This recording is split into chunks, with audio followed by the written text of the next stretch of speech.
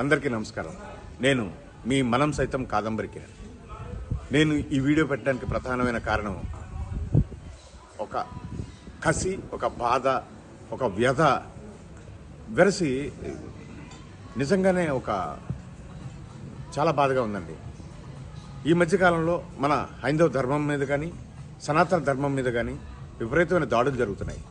అలాగే దేవాలయాల మీద, దేవతా విగ్రహాల మీద కూడా చివరికి అట్టొచ్చి పవిత్ర దేవాలయం అయినటువంటి చిలుకూరి బాలాజీ టెంపుల్లో మాకు గురుతుల్యులైనటువంటి డాక్టర్ రంగరాజన్ గారి మీద దాడి చేయటం అనేది నిజంగా చాలా చాలా బాధగా ఉంది.